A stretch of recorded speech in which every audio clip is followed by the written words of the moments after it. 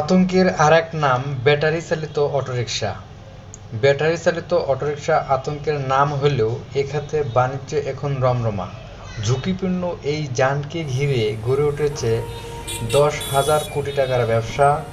মূলত গত 15 বছরেই এই বাণিজ্য ফুলে ফেঁপে উঠেছে সরকারের নিয়ন্ত্রণহীনতার সুযোগে। এসব তথ্য জানিয়েছে পরিবহন বিশ্লেষকরা। হঠাৎ করে অটোরিকশা বন্ধ হলে বহু পরিবারের জীবিকা হুমকির মুখে পড়বে, তাই নিতে হবে নানামুখী সংস্কার পদক্ষেপ।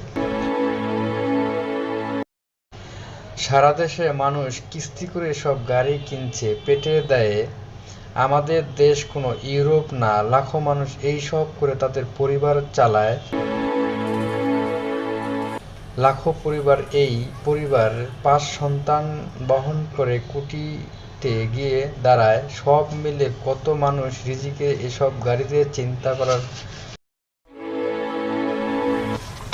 করে সবকিছুই করতে হবে। অটোরিকশা বন্ধ করার কোনো উপায় নেই। অটোরিকশা বন্ধ করা সম্ভব নয়। যানজট নিরসনের দরকার হলে পর্যাপ্ত সংখ্যক অটোরিকশা রেখে প্রাইভেট কার, বাইক আর মেয়াদোত্তীর্ণ বাস বন্ধ করে দেওয়া হোক। রাস্তায় বেশি জ্যাম লাগে